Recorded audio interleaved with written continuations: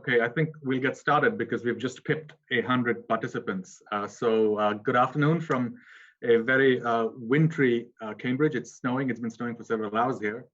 I hope you, at least some of the folks are enjoying better weather than we are. So welcome back to the Fairbanks Center's Modern China Lecture Series and to the first lecture of the spring semester. My name is Arunabh Ghosh. I teach modern Chinese history here in the history department, and I'm also the convener of this series. Before I introduce our speaker today, I want to take a minute to inform you of our upcoming talks this semester. On March the 2nd, a few weeks from now, we will welcome Andrew Liu from Villanova University. On March the 23rd, we have Elena Songster from St. Mary's College. And on April 13th, our last lecture of the spring, we'll host Zhou Taomo from Nanyang Technological University. So please look out. I think some of the information might already be online, information about their talks, but please keep an eye out for the announcements, and please do join us for those as well. So today, I'm delighted to welcome Professor Eddy Yu, who will be drawing from his award-winning book to tell us about the intellectual as a classificatory social category in 20th century China, as you can tell from the lecture, the title of the lecture already up on the slide here. Professor Yu is professor of sociology at UC Davis. He's originally from Hong Kong, though his higher education and now his career has exclusively been in California. So he's, I guess, as much a Californian as he is a Hong Konger. He got his BA from Cal Poly Pomona and then his PhD from UC Berkeley.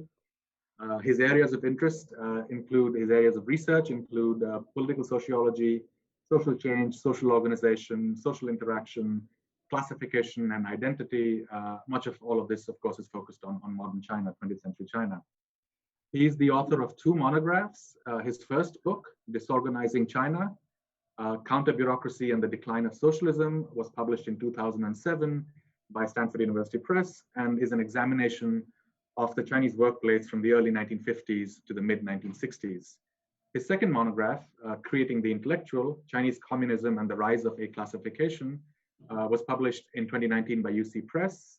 In 2020, it was awarded the prestigious Barrington Moore Award by the American Sociology Association section on comparative and historical sociology. And Professor Yu's talk, my understanding is, draws heavily from his award-winning book.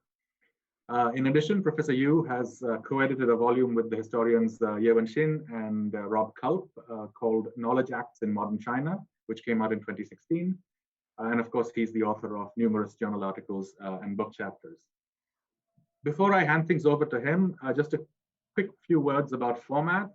Professor Yu will speak for about 40 minutes, and then we'll follow with Q&A for roughly the similar length, for roughly the same amount of time, finishing by about between 5:15 and 5:30 Eastern time, that is, of course. If you have questions, please write them down in the Q&A section, the Q&A box. I will try and make sure we get to as many questions as possible. I'll try and moderate as best as I can. And I would request, before you type, please identify yourself. At the same time, I do want to note that we are recording this lecture. So if you're not comfortable identifying yourself, that's fine too. It's perfectly fine if you prefer to stay anonymous. Okay, so with no further ado, let me hand things over to Professor Yu. Welcome again, and over to you. Thanks. First of all, I would like to thank Professor Ghosh and the Fairbanks Center at Harvard University for inviting me to do this talk. Thanks to the team at the center for putting the talk together. And of course, thanks to the audience for joining me. I'm excited to share my research with you.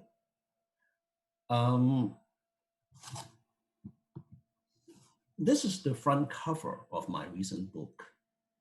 It is an open access publication.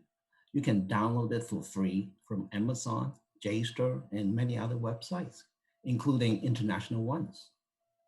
The photo here was taken in the late 1930s. As tens of thousands of educated young men and women arrived in Yan'an. The Chinese Communist Party has recently turned the remote town into its headquarters, and from there it would wage an eventually successful socialist revolution. Today I'm going to do 4 things. First, I explain why I wrote this book and the question I asked. Then I illustrate the creation of a population recognized as intellectuals in early 1950 Shanghai, shortly after the party took the city. I follow with a summary of the book's central argument, that is, the invention of the intellectual by the party changed Chinese society dramatically. I conclude by extending my analysis to understanding what the Chinese government is doing in Hong Kong today.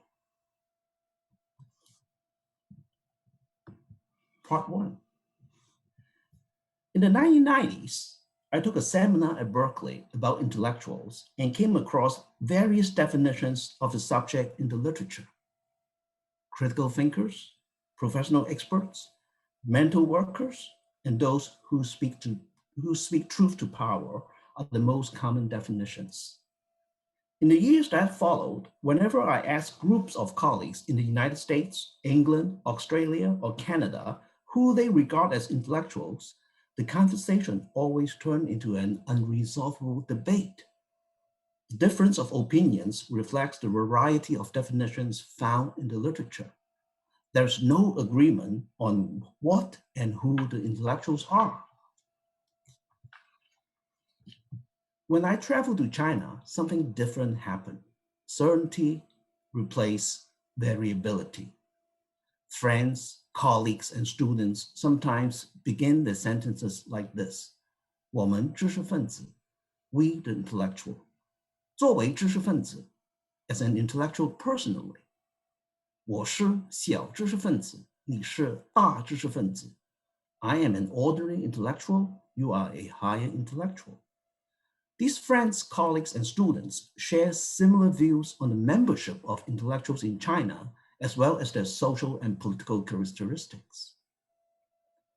My book is an effort to reconcile this cultural difference about the intellectual by treating it as a classification of people. How a population sees and defines intellectuals, not to mention uses and abuses such subjects, is an outcome of what Pierre Bourdieu called classification struggles. These battles penetrate state and society to different degrees. Let's dig a little bit deeper in the transnational literature on intellectuals. It traditionally asks two questions: what are intellectuals and what do they do? The more scholars answer these questions, the more types of intellectuals they discover. For example, critical intellectuals, traditional intellectuals, free-floating intellectuals, establishment intellectuals, organic intellectuals, academic intellectuals, media intellectuals, public intellectuals, conservative intellectuals, revolutionary intellectuals, citizens intellectuals. The list goes on. Behind this long list, however, is an identical way of seeing the world, as composed of individuals and groups occupying social positions and performing social functions.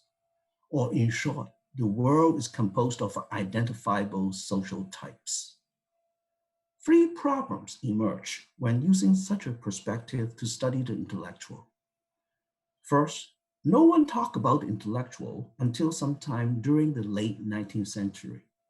The concept has been reasoned the world over.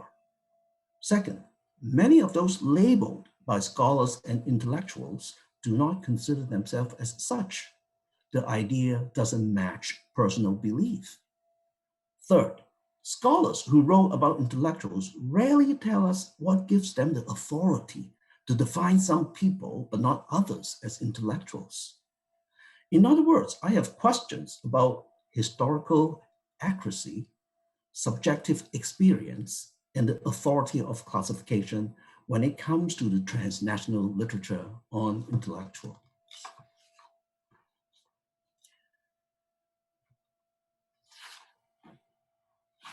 In my book, I tell a different story about China's intellectuals compared to those found in the literature. I did not begin with a definition of intellectuals. I did not ask what they do in politics or government or during reform or revolution. Instead, I asked what Chinese people did with the intellectual as a classification of people, and how that doing transformed politics, identities, and institutions in China. The term zhishifenzi, or intellectuals, began to appear in print in the 1920s. It was hardly part of the everyday language when the Chinese communists took over China in 1949. A few years later, however, urban residents could easily identify intellectual within the local population. Before, such subjects were locatable everywhere and were later displayed, beaten, and killed during the Cultural Revolution. In other words, while the classification struggle in the United States and elsewhere over what the intellectual is create mostly an academic debate or a storm in the teacup, the Chinese case approached extreme. How did the classification emerge and spread in China? How did organizations and people use the classification? What were the consequences? What can we learn about Chinese society from this classification struggle?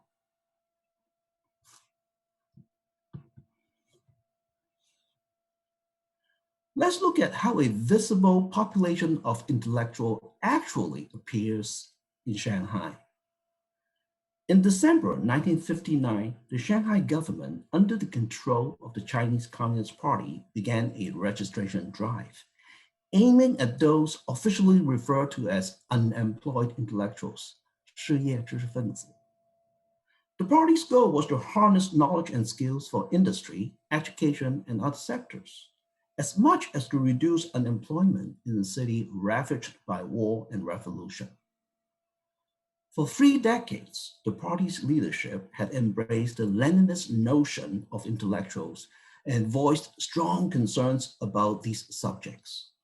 The key question was how to include these petty bourgeois, self-serving men and women in a socialist project designed to turn China into a powerful nation. Now, in the early 1950s, the party needed a concrete definition of intellectuals to carry out the registration drive. Who, in fact, were intellectuals?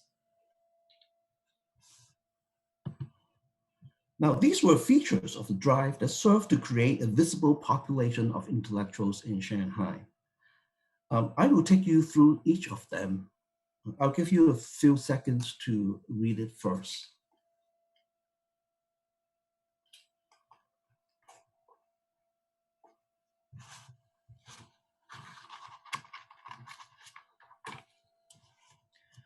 When Beijing proposed the registration drive, it suggests unemployed persons who had graduated from senior high school or equivalent could sign up as unemployed intellectuals. There were restrictions on political grounds. Ineligible, for example, were some of those people who had worked for the defeated nationalist regime, and others who might have been criminals. By the time the drive began in Shanghai, Beijing had already lowered eligibility from senior high school graduation to junior high school graduation. This change pulled large numbers of people into the state category of intellectuals, at least on paper. To promote the drive, the Shanghai government printed manuals that further explain eligibility. This is a picture of the manual. For example, former peddlers and pedicab drivers with enough education could sign up as unemployed intellectuals to receive assistance. And so could former dance hostesses, some of whom had been sex workers. Not so for instructors of Confucian classics. The state noted that these people lack knowledge of modern culture and science to be useful for socialist development. Rural landlords hiding in the city, staff members fired from state enterprises, and college graduates who had refused official assignment were also ineligible. The government opened 10 registration offices across the city. It established policies, procedures, and regulations, devised application forms and identification cards, and publicized the drive on newspapers and radio. This is a complete registration form from Sichuan province. The form used in Shanghai was similar. The government organized courses for registration staff on how to use bulletin board and public meetings to promote the drive. Hundreds of professional trade, labor, and other associations were summoned to assist in assessing, certifying, and writing reports on the applicants, including their education, work history, and even political and class backgrounds. This newspaper articles tells applicants who had lost their documents to approach the associations to obtain certification. The drive lasts for almost a year before integrating into a broader unemployment registration campaign. The eligibility for signing up as unemployed intellectuals changed again. For example, restrictions against former military officers and expelled government employees were lifted. Academically qualifying homemakers were no longer eligible unless their family was in severe poverty. By contrast, jobless workers with enough education could choose to sign up as unemployed intellectuals or as unemployed workers. The government set up large numbers of registration committees within local neighborhoods. It trained thousands of jobless workers, homemakers, and residents to staff the committees. These people used bulletin board messages and other means to promote the campaign. They visited families to explain policies and eligibility. The government introduced a procedure called collective appraisal to prevent fraud and abuse. Committees work with local residents publicly to assess all applicants, including determining whether anyone belonged to the category of unemployed intellectuals. The two registration events last for a total of 14 months in Shanghai. 40,000 people were identified as unemployed intellectuals. This table shows the ages and education of the first 34,000 registrants. Half of them barely met the minimum education requirement. Only 12% had college education. The youngest cohort were the least educated. As for professional skills, 23% had rudimentary experience in finance or economics. 19% were former school teachers or other kinds of white-collar workers. The largest proportion, 35%, did not report any skills. The authorities were predictably disappointed. Quote, "Plenty of registrants are of low cultural level. The majority have acquired their knowledge from part-time school or have been jobless because of chronic illness or have not worked before," unquote. This poor outcome reflects not only widespread desperation for work, it was a result of state behavior. Training and hiring after 1949 had been favoring educated young people because the state saw them as less tainted by bourgeois ideology and traditional culture. Young people joined agencies and establishments inside and outside of Shanghai in large numbers. Even more disturbing to the authorities were the political backgrounds and belief of the registrants. Quote, "Many sons and younger brothers of landlords and rich peasants, members of members of reactionary political parties and youth corps, former judicial personnel, bureaucrats, and military officers, and their family members, with very poor understanding of the socialist revolution and very backward thinking about class exploitation," unquote. This undesirable outcome was inevitable too. When the communists took over Shanghai, they dismissed from governments and elsewhere thousands of people deemed oppositional or incompetent. Closures of banks, casinos, hotels, and trading firms afterward displaced many whose work had catered to the business clientele or promote consumerism.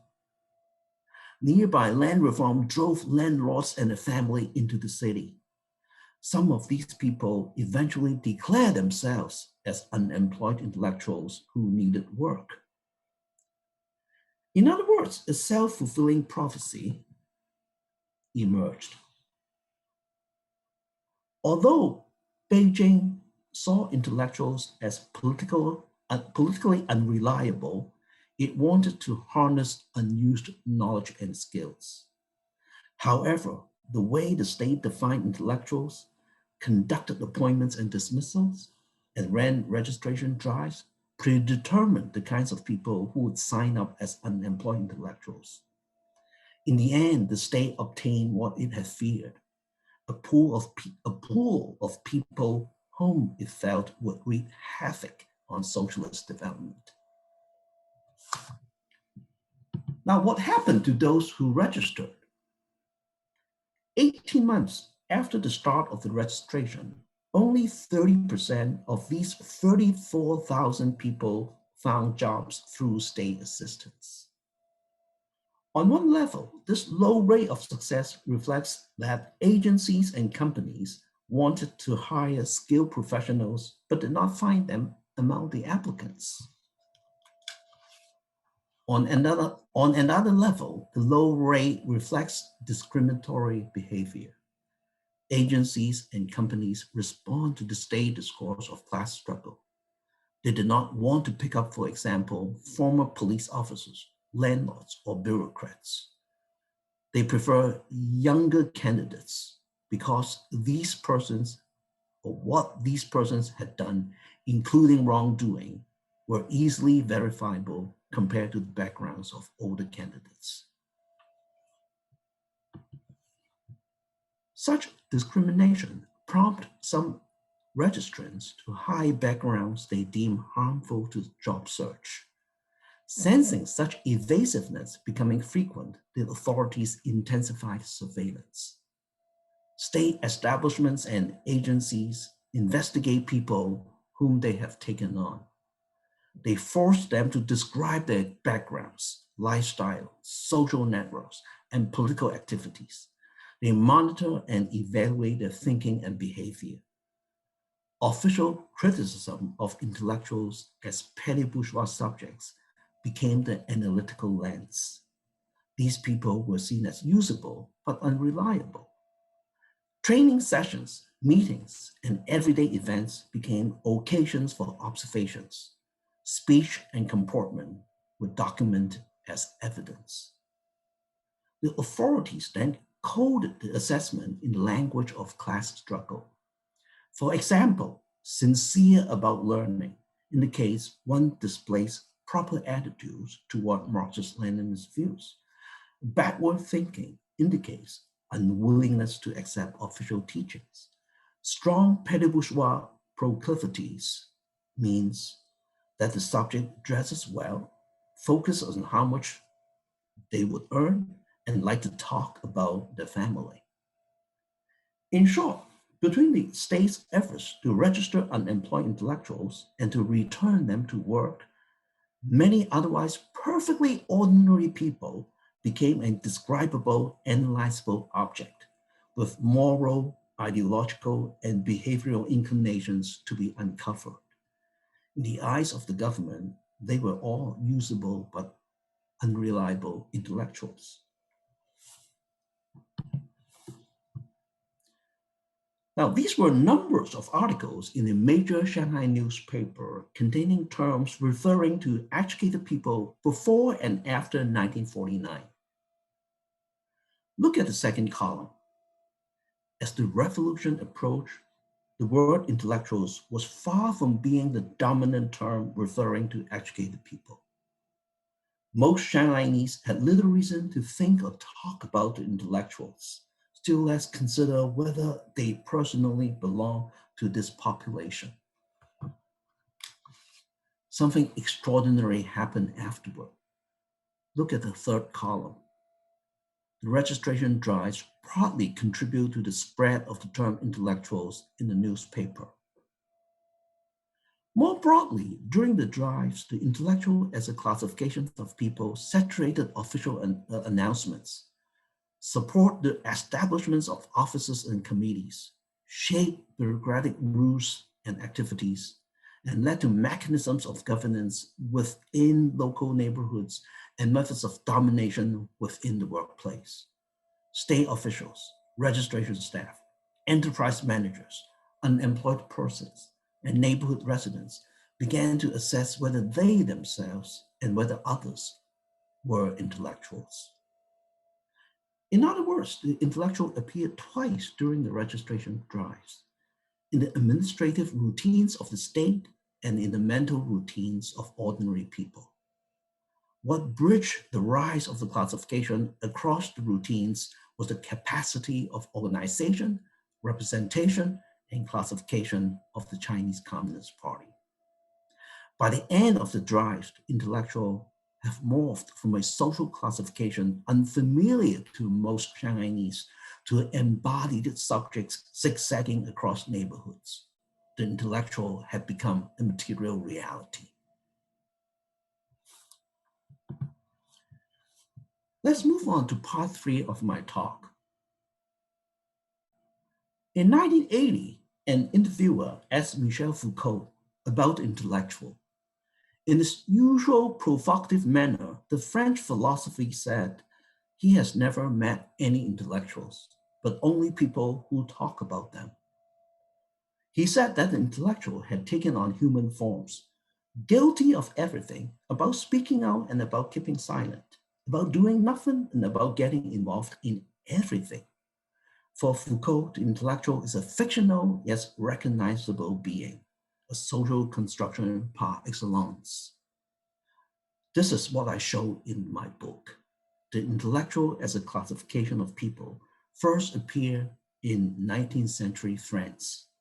The classification then spread around the world, deployed for social classification, status distinction, social analysis, political struggle, official control, and other purposes.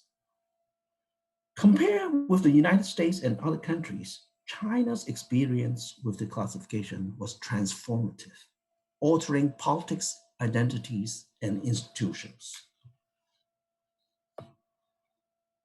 My book begins on the eve of the May 4th movement of 1919, when the intellectual as a classification of people was about to enter the thinking of the Chinese Communist Party. I then take the reader to Yan'an, Shanghai, Beijing, Guangxi, and other places, and show how the classification spread as well as shaped state and society until China was on the edge of the Cultural Revolution. I look at political debates, rural organization, registration activities, workplace dynamics, theater and themes, and individual reactions using archival documents, newspapers and magazines, and secondary sources. This is what I found in a nutshell. The classification increasingly turned up in policies and speeches of the party leadership, in bureaucratic rules, personnel reports, and government statistics, in newspapers and textbooks, in radio shows, theater performances and films, and in official notices and registration forms. As a person, the intellectual was increasingly locatable across a wide range of circumstances. During state assemblies, re-education classes, land reform activities, and official campaigns, as well as within the neighborhood, the family, the school, and the university, and all sorts of workplaces. Those who were regarded as intellectuals at one time or another include many types of people: leaders of the Communist Party, scientists, writers, artists, school teachers, doctors and nurses, soldiers, office workers, secondary school students, and sometimes primary school graduates, as well as homemakers and former peasants and former factory workers, and so on. The classification was transformative in another important respect. The party leadership was determined to attack what it saw as the selfish character and wayward beliefs of intellectuals, as much as to harness their knowledge and skills for socialist development. The party hence invested heavily in the production of political theories, narratives, and rhetoric. Governing approaches, programs, and measures proliferated. Official tasks multiplied wherever so-called intellectuals were located or locatable, especially work related to documentation, investigation, re-education, evaluation, supervision, and categorization. In short, the intellectuals imagined by the party became a fulcrum of its discourse and practice, which in turn nurtured an ever-expanding bureaucratic apparatus. This mutual constitution between the intellectual and Chinese socialism has left behind a visible legacy. Today, the Chinese state continues to define, categorize, and govern populations and individuals as intellectuals. Many institutions constructed in the last century to do so are still in place. For example, ideological education, mass surveillance, and workplace management by party cadres. These institutions will be in place so long as the party sees the intellectual as a usable but unreliable subject. I will end this presentation with some speculative interpretation of Beijing's increasing intervention in Hong Kong's law, education, journalism, and other institutions. What does the ferocity have to do with Beijing's understanding of the intellectual? A lot. Now, this is a picture from the Observer, an online site sponsored by the Chinese government. The time was October 2019. The place was the Chinese University of Hong Kong. The man on the left is the president of the campus. The occasion was an open meeting with students, some of whom had endured police brutality during the mass protests against the extradition bill. According to the caption, an upset student aimed a laser pointer at the face of the president, who then, quote, pathetically plead, "I hope you won't use the green laser pointer on me. Will you be able to do that?" Unquote. For the author and the commentators of this article, such a weak response from the president to what they call rioters capture the cowardice of intellectuals in Hong Kong. The man grew up there, attended Catholic school, and got his PhD in the United States. He had a very successful academic and research career before returning to Hong Kong to head the university. For his critics, colonial and neo-colonial training is part of him. How can people like this be expected to defend Beijing's integration of Hong Kong into China? Under Xi Jinping, Beijing has tightened control over those in whom it regards as China's intellectuals.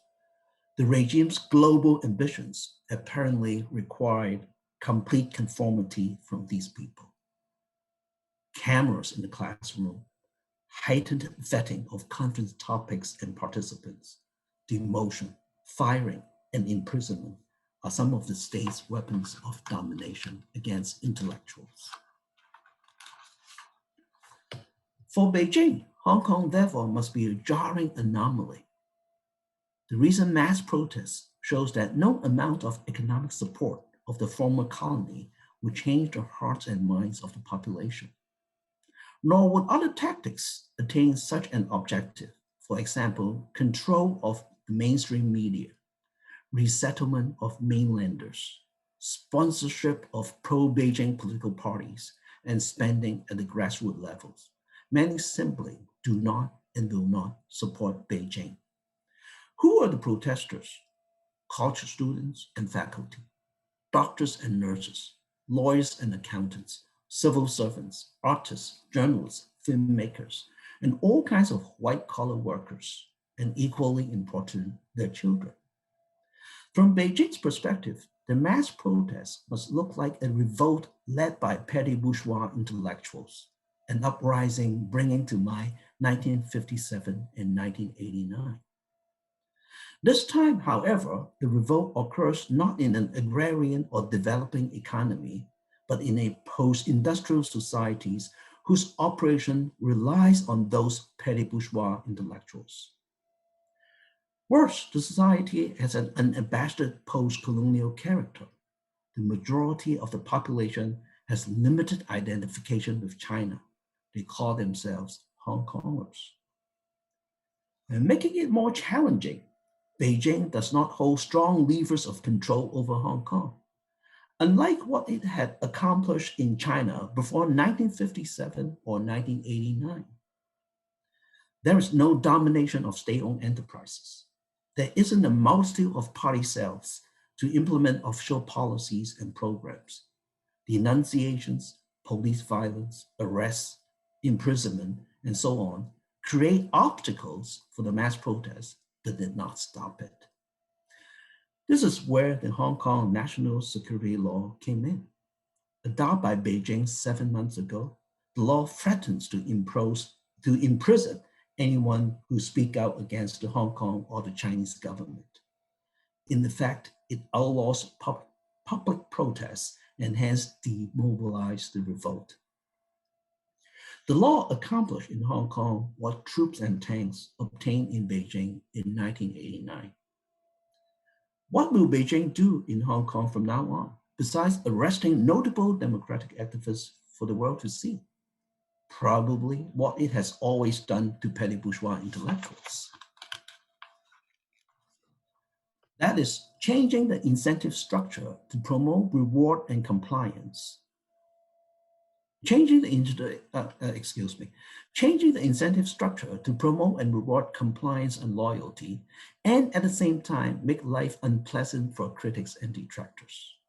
And this has to be done without setting up a multitude of party cells in Hong Kong, or breaching the last line of defense of Beijing's already broken promise of one country, two systems.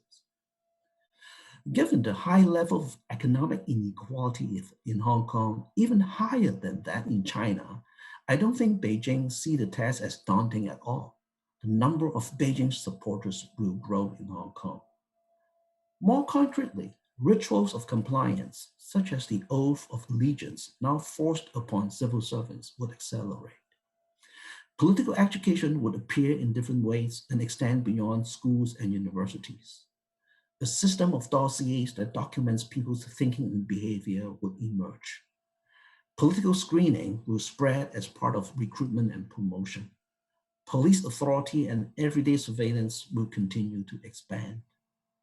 Beijing will probably let hundreds of thousands to flee overseas and replace them with mainland immigrants. Mainland investment and enterprises in Hong Kong will increase, and so will their functions of political control. We may see suppression of salary growth to undermine the economics behind dissent. In short, the petty bourgeoisie, In short, the petty bourgeois intellectuals that Beijing once imagined would derail Chinese socialism has been reborn in an official fantasy of a regional plot to destabilize global China. We can expect Beijing to draw on its 70 years of experience of governing petty bourgeois intellectuals to govern the former colony. Hong Kong is the new crucible for the party to devise strategies of governance, especially against those whom it regards as unreliable intellectuals. Thank you very much for your patience and attention.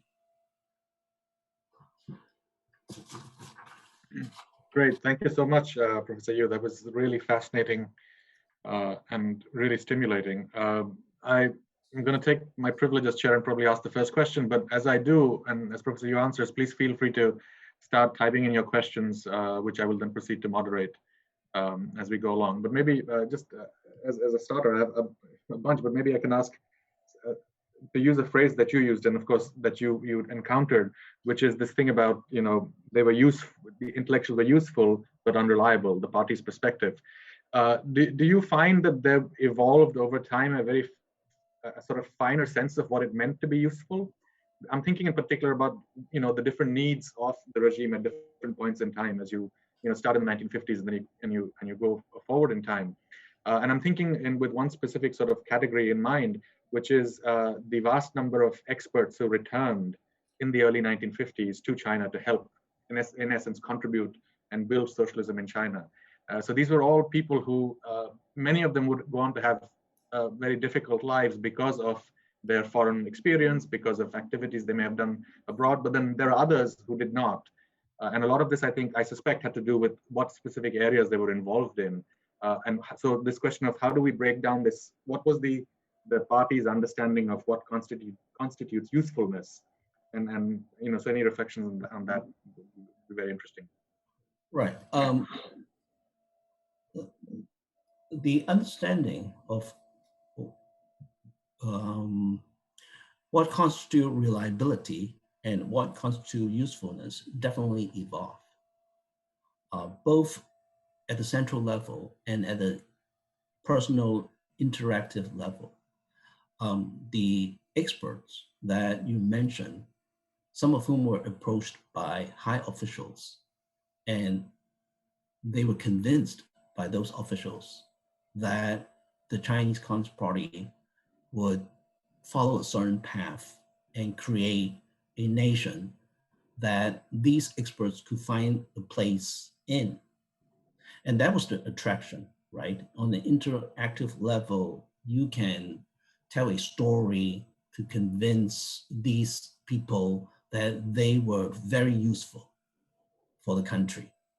But as we know, the story unfolds terribly for many of these people because there is that other part, especially if these experts did not understand the Leninist ideas behind the concept of intellectuals used by the party, or the other part about their unreliability, their threats to the regime, their threat to a project of socialism. And I think this kind of variability and evolution between the idea of usefulness and the idea of reliability continues throughout and probably will continue and will go on. The Great Leap Forward is a good example, excellent example, that the Beijing did not embrace the idea that these people were that useful or intellectuals were that useful at all to promote development in the country. Great, thank you. So we have a question that's come in that's asking about terminology, I guess. So I'll just read it out. It's an anonymous attendee. They have asked, for clarity, does the use of the label intellectual mean to smear those who are unreliable supporters or in opposition to party goals?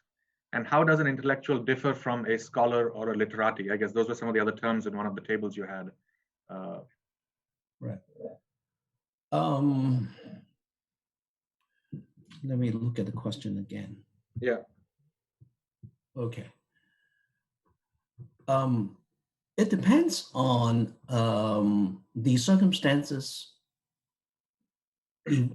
surrounding the use of the term, right? Sometimes the term is used as an undesirable description of a person. But at other times, depending on the political context, it can carry positive meanings. And of course, who control those meanings is the central question, right? And the party always have the most control over the meaning of the term intellectual, right? And which bring us to those other terms that this audience members have brought up, 文人, 读书人, and these are terms that was very popular in circulation, especially around the literate community, right? In the 1930s up to even 1960s, 1970s, and so on, and even now.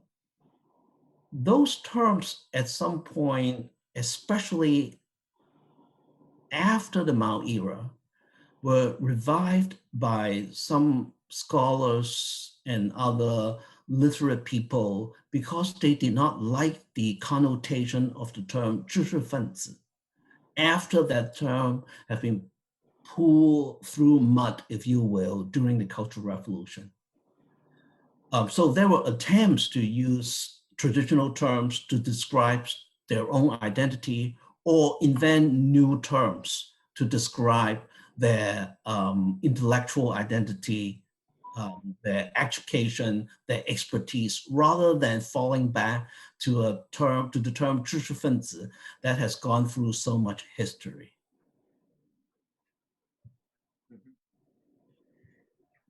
Great, thank you. As we wait for, we got another question here. This is from Kellis Wong, who says, nice to hear Professor Yu's presentation. I'm a fellow Hong Konger. Professor Yu raised an interesting point about intellectuals who are deemed useful and reliable will be accepted and put to use in post-Maoist China.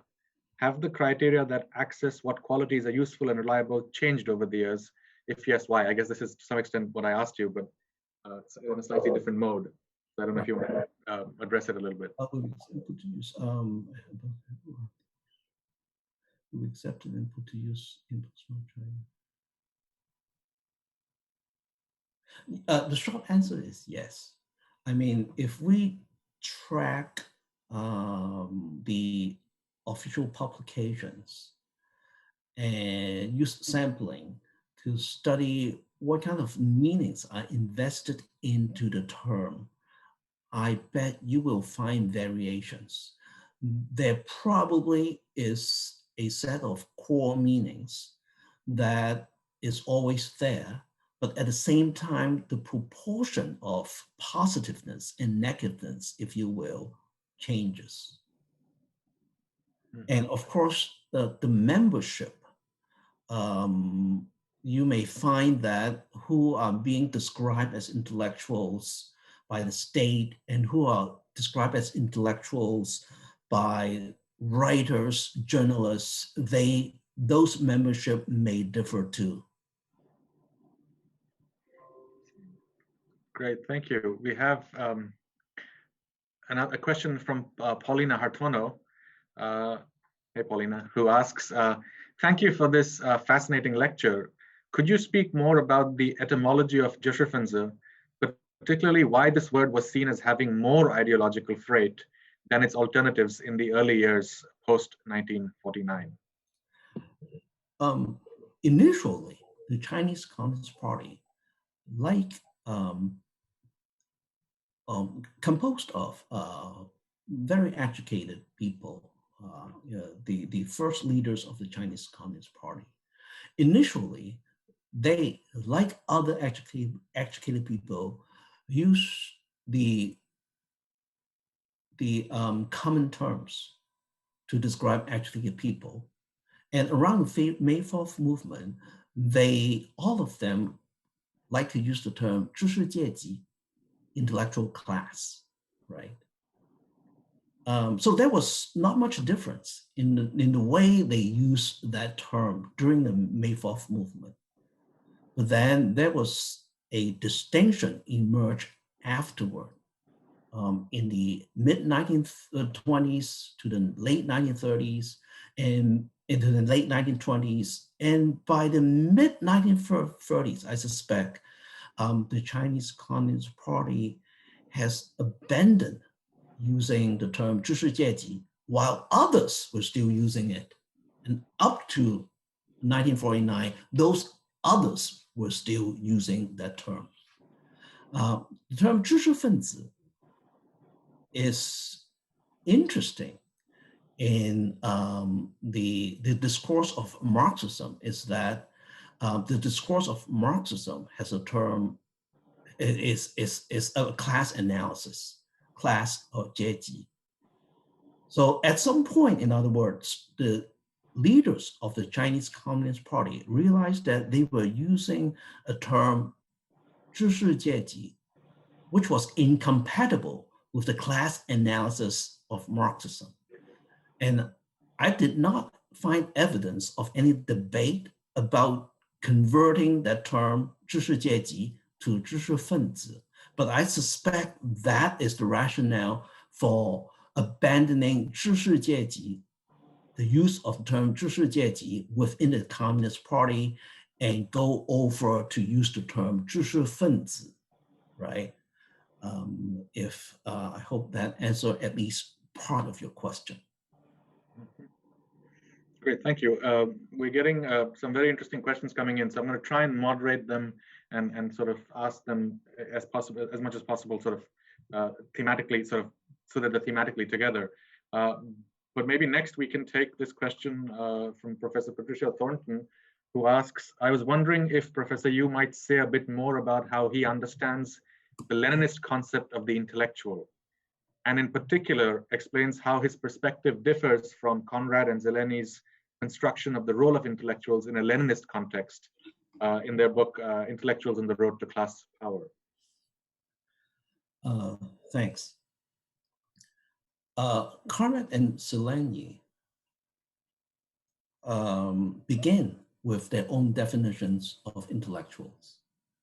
So whoever has some college education or close to college education, they would regard those individuals as intellectuals. And so they see this group of people gaining influence in politics, in economics, and so on in Eastern Europe. I don't share that view. And in my take on intellectual is very different from theirs. I don't start with defining a certain group of people as intellectuals like they do. And I want to see how different powers and people and organization do the definition, and how in the course of doing that definition, they actually produce administrative practices to either deal with these people, use these people that they regard as intellectuals, or abuse them. And I am seeing that the term intellectual is used in many different ways for various interests, personal and institutional interests, and certainly the interests of the Communist Party. And I think that's the difference between my take on the intellectual in social society and their take on intellectuals in social society. Great. It's quite different one. And in some ways, I think there's a nice follow-up question from Professor Susan Greenhalgh, who is, as you know, herself an anthropologist, and she's asking you more about sort of the theoretical foundations for your project. So she asks, I'm curious about the theoretical grounding for this fascinating project. Anthropologists have done parallel studies of the creation, bureaucratization, and the effects of different social categories, for instance, class, Black population, quality population, and so on, in post-78 China. Their work is grounded in broadly Foucaultian notions of discourse, subjectification, and so on. So she's asking, where do you see your theoretical roots? Very close to what is being said. I'm certainly influenced by Foucault's work, and I'm influenced by Pierre Bourdieu's work on classification and symbolic power, how people use their power to represent the world, to get others to accept the categories that they see. And that is and what the Chinese Communist Party succeed is an excellent example of this use of symbolic power to present China as a certain kind of place with certain kind of people to the Chinese people and more generally to the world. And at the same time, my project is also based on very productive studies done by feminist scholars and race scholars, because they are the ones that are at the forefront of problematizing categories, if you will, gender categories as constructions. Racial categories are not natural, but they are constructed through a web of discourse, practice, and power. So that in short is the theoretical grounding of my project. Great, thank you. We have, to change tack slightly, we have a question from James Watson Cripps, who's a PhD candidate at Princeton University, who says, Professor Yu, thank you very much for taking the time to share your research with us. Jumping off the question already asked, my question has to do with the classification process itself relative to geography. Did the parameters for intellectual change based on one's location? Was the term more capacious in Shanghai, for example, than in a place like Jinan or Chengdu? Right. Thanks for the question. The way I think of it is that this process of classification began with the rise of the Chinese Communist Party and gradually spread across the entire China, right? And perhaps lately to Hong Kong.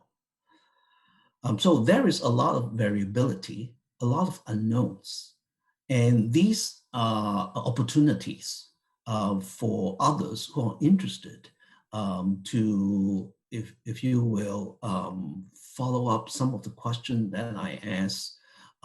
It would be fascinating, and hopefully it would be, they would be able to find evidence, archival and other kinds of evidence to talk about how precisely the process of classification unfold, say in Xinjiang, in Tibet, within the military, or within factories, because my work has focused on schools, and that is where I know most, but I cannot claim to say that I know a lot about that process, how that process unfold in, say, a village in the 1960s, or at the height of the Cultural Revolution in Guangxi, or a rural part of Guangxi. Those are questions that can be asked and hopefully can be answered. Mm-hmm. Yeah, this point that you just raised about sort of variations that also take into account urban-rural kinds of distinctions, and there's a very interesting question I think that ties what you just said to a slightly longer durée history of China. So this is an anonymous attendee. They're asking, China has a long history of censorship and punishing dissent.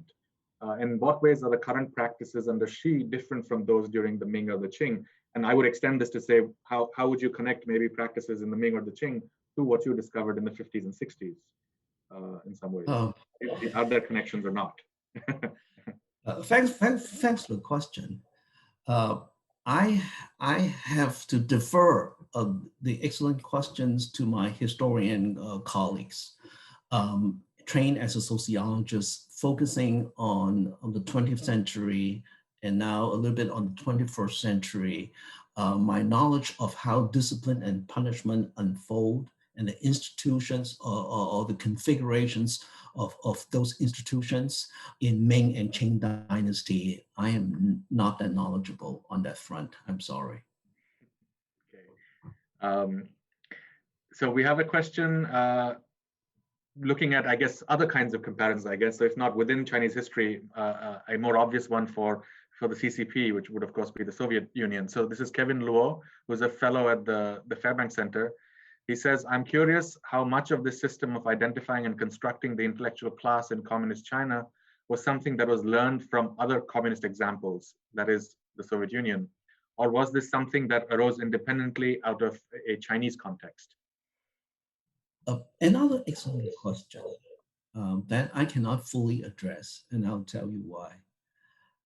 If you look at the literature on Eastern Europe and Russia, you will find a perspective or the research on intellectuals there. The perspective is closer to what Conrad and Seleny said. That is to say, these research begin with the definitions of the intellectual. Whether that definition is drawn from academic traditions in the United States or Europe, or whether those research begins with the official definitions of intellectuals in the Soviet Union or Eastern Europe. They begin with some definitions. Unfortunately, I don't read Russian or any Eastern European language. So I don't, so being able to read the native language is very important to understanding how categories are constructed. And I haven't seen research on Eastern Europe and Russia about the construction of the intellectual category. So probably the process, probably there was a process within these socialist regimes, but how seriously did they take that idea of the intellectual and implement it in political and administrative mechanisms is a different question. And I suspect that using the kind of research that I'm doing and transport or export this such a perspective to investigate Eastern Europe and Russia, there may be some fruitful results. But obviously, it's not something that I can do because I don't know any native language in those areas. Mm-hmm. One thing that's in this connection that's somewhat telling, I guess, is that it doesn't seem, given the kinds of materials you've looked at for the 1950s and the absence of Soviet advisors or Soviet experts would then suggest perhaps that there isn't at least, so there is one is the comparative, but then the other is the actual connective kind of influence. And it would suggest that maybe in this particular case, there wasn't the same kind of, especially in the early 50s, when for so many things, the Communist Party was looking to the Communist Party of the Soviet Union for guidance and advice and so on. So that itself, I think, is somewhat telling. We have a few more questions here. We have a question from David Gundry, who asks, do you think that one reason those who were placed in this new category of intellectual became objects of suspicion by the CCP was that they fit into a conceptual niche similar to that of pre-Republican literati? This is again a slightly historical question. Right. David is my colleague at UC Davis. He's a Japanese specialist. And at one point, I asked him about a Chinese term. And he gave me a very, he gave me the answer that is useful for my research. The Chinese Communist Party did not invent the idea of the intellectual out of thin air. Part of the idea is taken from Marxism and Leninism. And another important part of the idea is taken from the discourse of educated people, about educated people in late Qing and the early Republican period. There was a lot of dissatisfaction with the educated population. This is dissatisfaction from the educated population about the educated population, right? Really intense dislike of the educated population because of the weakness, cowardice, or whatever bad adjective you can think of, that they were responsible for the weakness of the Chinese nation compared to other powerful nations that were rising at the time around the world. So that was a major part of how the Chinese Communist Party construct the idea of the intellectual. That is to say, using cultural resources available in China at that time. And these were very powerful resources, very powerful descriptions circulating in newspaper journals around literate communities about the weakness, the powerlessness, the cowardice of educated people, and the leaders of the Chinese, the first leaders of the Chinese Communist Party took it and ran with it. Great, thanks. We have a couple of very interesting questions that speak to sort of the role of the public intellectual. So maybe we can take them one at a time. The first one is again from an anonymous attendee. They ask if we are to apply the idea of the creation of intellectuals to present-day China, especially in the cybersphere. I'm curious how we could make sense of the coincidence of Xi Jinping's rejuvenation of red/socialist culture and the negative narratives surrounding public intellectuals, so Gongzhi. Right. The negative narrative surrounding Gongzhi has been there for almost 2 decades, right? If I remember correctly.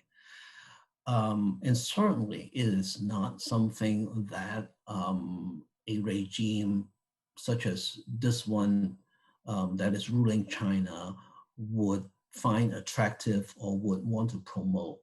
If anything, it would continue to suppress discussions of Gongzhi, which nevertheless happen online, that even though there has been conscious effort to suppress that debate in China, nevertheless, it happens to some extent online because it is just not completely possible to ban discussion of that term. And I don't know if that answers this audience question. Mm-hmm, mm-hmm. Yeah, no, that's really interesting. And there's in some ways a related question that speaks to sort of intellectuals and social responsibility. So it's a long question. I'll read it out. It's very interesting, I think.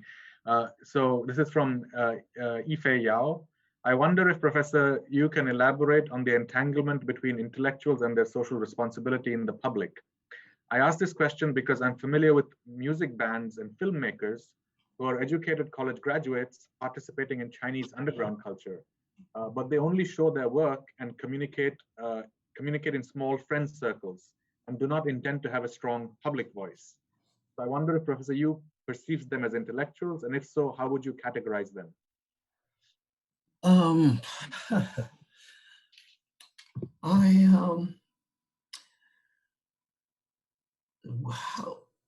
wouldn't. I mean, in a way, I want to look at how they want to describe themselves, and probably someone whom you describe would consider themselves as 知识分子. But at the same time, they may be rebellious to the extent that they refuse to accept that term. And that is certainly their prerogative, right? So my question is not, I wouldn't ask the question how I would categorize them.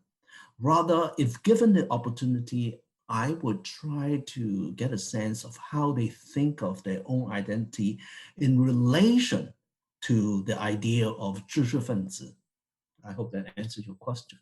Mm-hmm. Mm-hmm. Because I think that is a more interesting exercise about identity, how they think of themselves in the context of this profoundly important history of the intellectual that has shaped contemporary China. Mm-hmm. There's on this question. There's also a question from Charles Hayford, or Chuck Hayford, who says, how does the intellectual differ from the professional or the expert? So I guess these are all very specific terms in PRC history. So. Right. So in the 1950s, of course, the umbrella term, if you will, is 知识分子. So professionals or experts are groups subsumed under 知识分子, right? By the 1980s, however, you have more people and sources, journalistic sources, and even including the Chinese government itself, using the term expert or professionals more than, or at least more than in the past, talking about 专家 rather than 知识分子. And those terms, of course, in the minds of those who use it, and in the minds of those who read it, I think for the most part are interchangeable. Mm-hmm. So in some ways, there have been some questions about the contemporary moment also, and I'm thinking in a slightly different vein, how much of this, in as much as through the Belt and Road and other initiatives, there is an attempt to project it's not a model per se, but a Chinese way of doing things that a lot of other countries can deploy. Do you see, and those are always positive examples, right, in terms of how successful infrastructure projects can be, how successful administration can be, and so on. Do you see any, this is more a speculative question, I guess, do you see any possibility of something like this, the legacy of dealing with intellectuals, and it ties into the earlier question about dissent in some ways, being something that also has a huge impact in other countries that have strong relations with the PRC?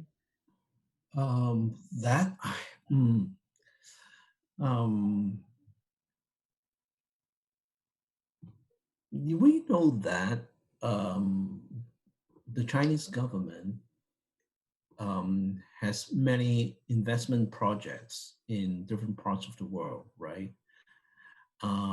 We know that probably the Chinese government has more influence in the quote unquote developing world with investment ideas, management, construction, and all those kinds of projects.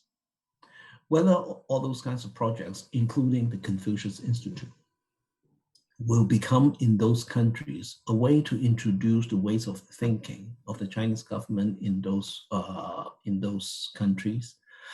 I guess the short answer is yes, right? With economic power, you can gain symbolic power, the power of representation, the power to have others to accept your ideas, right? The way you see the world. But I wouldn't think the idea of the intellectual is such an important commodity, if you will, to export to other countries. But I do think that within China, that is a very important idea to continue to continue, what is the word I'm looking for? To continue to give rise to new strategies to control the educated population.